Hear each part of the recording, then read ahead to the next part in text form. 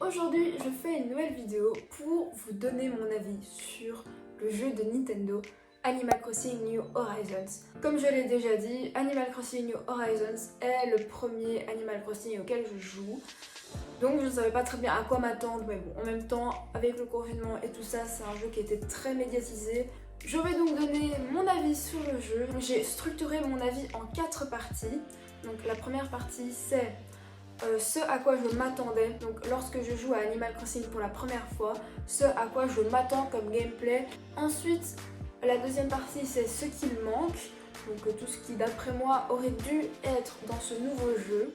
Ensuite, ce que je n'aime pas, et oui, ce que je n'ai pas trouvé utile ou que j'ai vraiment pas aimé, qui gâche parfois un peu l'expérience de jeu. Et finalement, ce que j'adore. Je tiens à préciser que j'ai beaucoup de choses à dire sur Animal Crossing New Horizons. C'est pour cela qu'il y a moyen que je fasse plusieurs vidéos sur ce sujet et sur mon avis. Je vais commencer par citer 2 choses dans ce à quoi je m'attendais lorsque j'allume pour la première fois le jeu Animal Crossing New Horizons. Alors tout d'abord, le premier point, c'est que je m'attendais à pouvoir créer plusieurs îles par Switch. Je m'explique. La plupart des gens le savent, on ne peut pas créer plusieurs îles par Switch, même s'il y a plusieurs comptes, et même si on change de cartouche, si on met une autre cartouche dans la Switch, ce sera toujours la même île qui sera dessus. Personnellement, avec mon petit frère, la Switch lui appartenait en quelque sorte. Il a commencé à créer son île, et en voyant que c'était absolument génial, j'ai voulu faire ma propre expérience.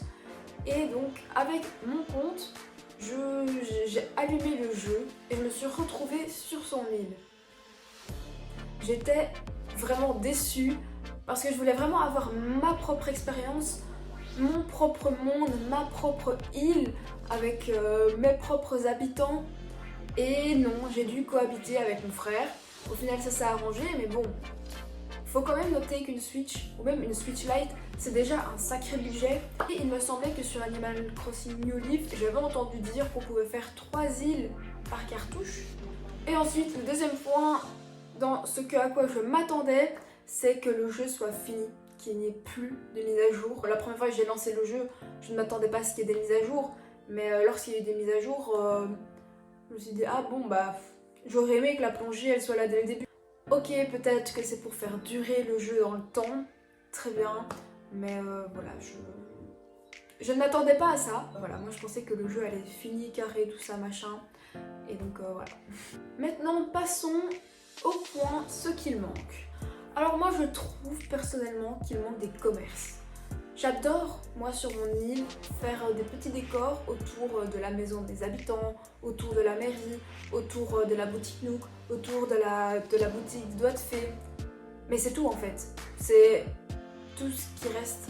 Et puis après, bah, il faut essayer de combler avec des choses et tout ça. Et au final, j'ai l'impression que c'est plus difficile de combler lorsqu'on n'a pas un bâtiment à décorer. Il y a le musée aussi.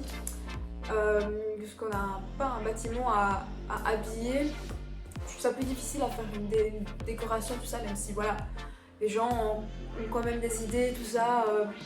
Il y a des îles qui sont incroyables, parfois je vois sur Pinterest, mais c'est des trucs de dingue. Mais voilà, j'aurais aimé qu'il y ait plus de commerce et plus de choses. J'aurais aimé qu'il y ait plus de choses à pouvoir acheter, vendre, réfléchir, vouloir, et avoir l'opportunité de créer plus de décors à thème. Et ensuite, la deuxième chose qui manque pour moi, c'est qu'avec le Remodil, on ne peut pas modifier la plage. Je trouve ça vraiment dommage qu'on ne puisse pas élargir la plage et l'agrandir comme on veut. Donc voilà, je trouve que dans Remodil, il manque l'option modifier la plage. Je trouve que c'est un point qui manque terriblement, car j'ai plein d'idées à faire sur la plage, mais je n'ai pas la place, c'est ça le problème. Maintenant, passons à ce que je n'aime pas. Je vais vous remettre dans le contexte. Sur mon île, j'ai Coco et Marvin. Ce sont tous les deux des personnages avec une personnalité paresseuse. Tous les jours, quand je vais leur parler, parce que ce sont des personnages que j'adore, quand je vais leur parler, il y a des jours, ils me disent exactement la même chose. Je trouve ça vraiment dommage, mis à part leurs petites phrases à eux, je trouve ça vraiment dommage que ce soit exactement le même texte et le même dialogue pour les personnages, la même personnalité. Et ensuite, comme deuxième point dans ce que je n'aime pas, c'est les temps de chargement qui sont extrêmement longs. C'est beaucoup trop long à mon goût. J'ai déjà pris 5 minutes. Vraiment, je regardais le temps, ça a pris 5 minutes juste pour avoir le premier écran d'accueil.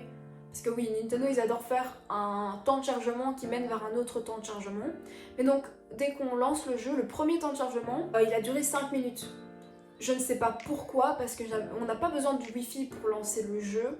Même si, moi, sur ma Switch, je l'ai téléchargé. C'est ma Switch principale, donc il n'y a pas besoin de Wi-Fi pour lancer un jeu téléchargé sur la Switch principale. Mais je ne sais pas, je ne comprends pas pourquoi ça prend autant de temps. Et même qu'on change d'une pièce à l'autre, d'un bâtiment à l'autre, lorsqu'on rentre, lorsqu'on sort, pourquoi ça prend toujours 5 secondes, 10 secondes? Je trouve ça trop long. Après, peut-être qu'il y a des raisons derrière ce temps de chargement extrêmement long, mais il y a d'autres jeux Nintendo où les temps de chargement ne sont pas aussi longs. Et maintenant, je finis avec ce que j'aime beaucoup dans le jeu. Alors, j'adore les motifs de Cousette. Donc, Cousette, au début, dans la boutique Doigts de Fée, elle va vous envoyer bouler, elle va pas être vraiment très sympathique entre 7 et 14 jours. Après que Cousette vous a raconté son histoire, elle va tous les jours vous donner un petit sachet dans lequel il y a des motifs personnalisés. Donc j'aime vraiment beaucoup ces motifs parce que déjà ils sont beaux, ils peuvent aller avec tout en fait, ils peuvent aller dans toutes les situations. Et ce qui est bien, c'est qu'ils ne prennent pas la place des motifs perso que nous on a dans notre Nook Phone, qui est déjà avec un espace qui est déjà très limité. Donc ça fait un onglet en plus et je trouve ça absolument génial et super pratique. Ensuite, ce que j'aime beaucoup aussi, c'est le camping. Je sais pas, j'adore le concept du camping et de pouvoir voir des nouveaux habitants. Je trouve ça super chouette, super sympa. Il y a juste un souci avec le camping quand même, c'est que je trouve que c'est pas assez fréquent. Je trouve qu'il est tout le temps vide et c'est vraiment dommage. Je ne sais pas, je trouve que c'est pas assez fréquent et au final, c'était juste mis là pour dire d'avoir mis un camping. Et au final, c'est tous les 14 jours, enfin je sais pas exactement, mais c'est assez rarement qu'on a un personnage dans le camping. Et pour finir, le dernier point que j'adore, c'est les niveaux d'amitié avec les habitants. Je trouve ça super sympa, mais voilà, là aussi il y a quelque chose qui me déçoit un peu, c'est que je trouve ça extrêmement lent. Mais donc voilà, merci d'avoir regardé ma vidéo où je vous donne un peu mon avis sur le jeu. À bientôt!